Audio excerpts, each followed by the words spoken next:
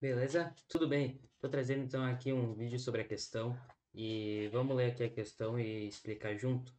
Um sinal de tensão Bt igual a 150 cosseno de 200t mais 45 graus volts e um sinal de corrente I de t igual a 30 cosseno de 200t mais 90 graus amperes alimentam uma carga desconhecida. Determine a. Os fasores referentes aos sinais de tensão e de corrente e a representação dos fasores no diagrama fasorial, a impedância e a admitância na carga, os valores dos componentes que constituem a carga, resistores em série com capacitor ou indutor.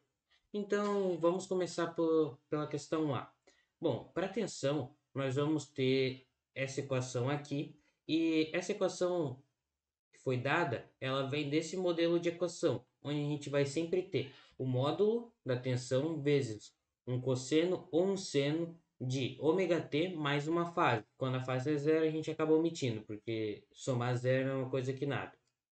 Então, nesse caso, nós temos um ômega, que é a nossa frequência angular, a nossa módulo da tensão ou da corrente. Para as duas equações pode ver que é muito parecida.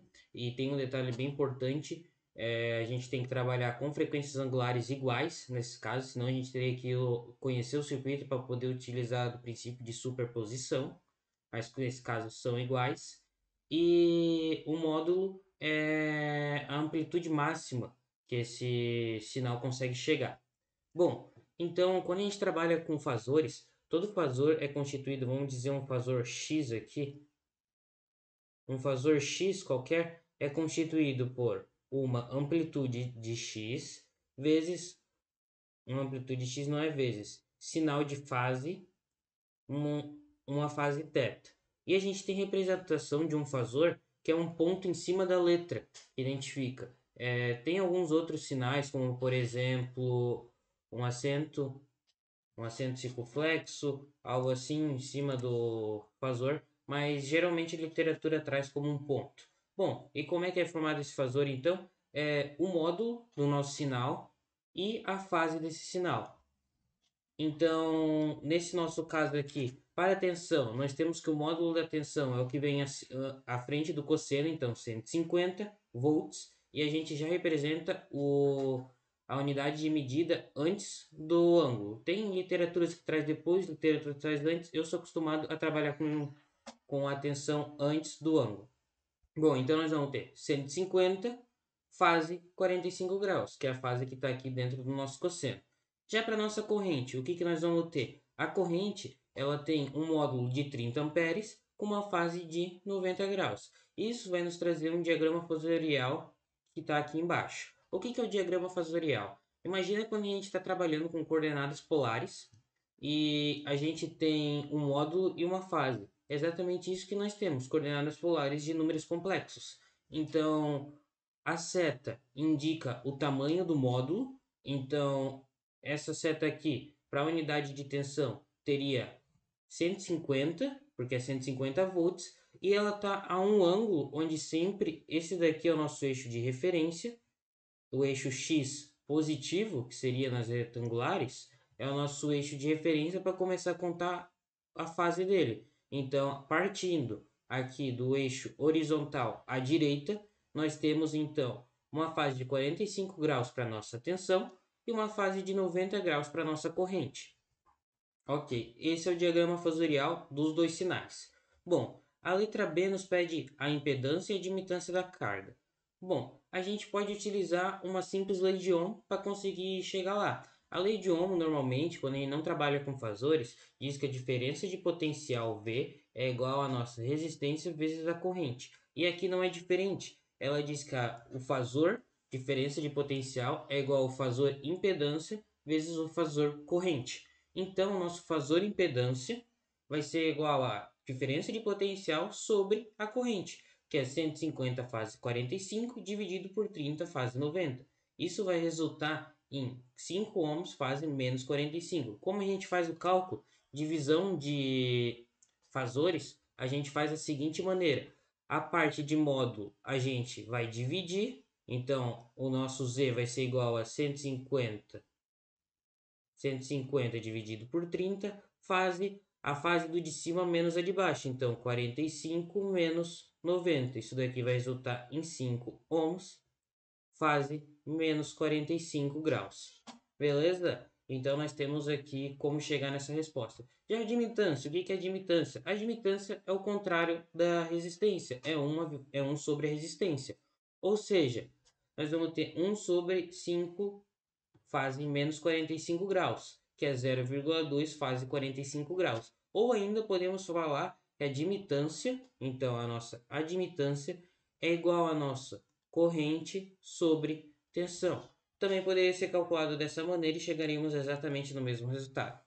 Bom, para a letra C. A letra C pede para a gente estimar os valores dos componentes que constituem a carga, se é um resistor em série com um capacitor ou um indutor. Então, identificar se é um capacitor e indutor e quais os valores desses componentes.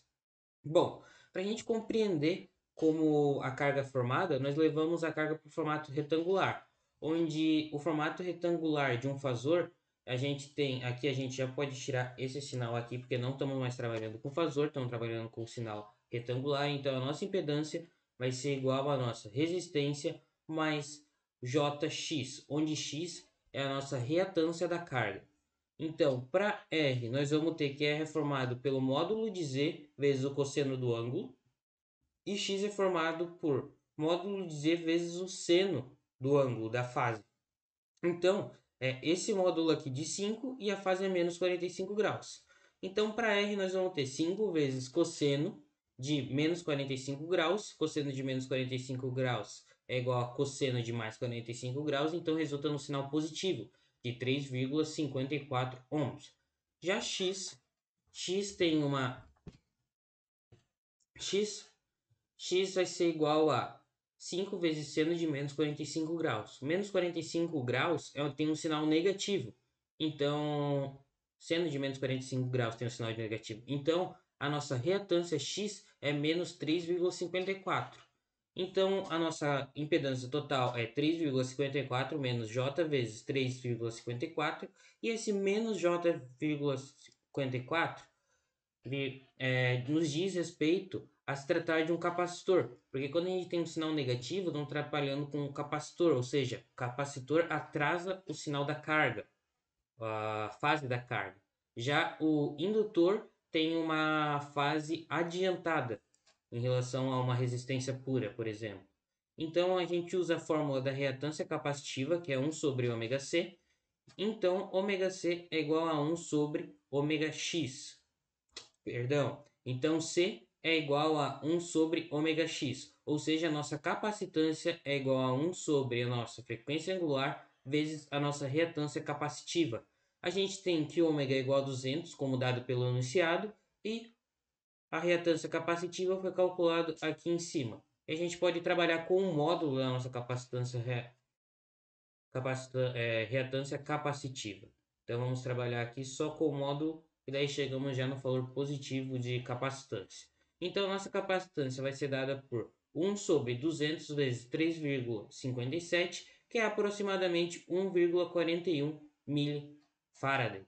Sendo assim, a gente pode concluir que a nossa carga é composta por uma resistência de 3,54 ohms e um capacitor de 1,41 mF. Os dois estão em série. Basicamente, seria dizer que a gente tem um circuito com uma resistência de 3,54 ohms e um capacitor aqui embaixo de 1,41 mF. Esse é o nosso circuito de carga. Espero que você tenha gostado. Nos procure para mais atividades e até a próxima.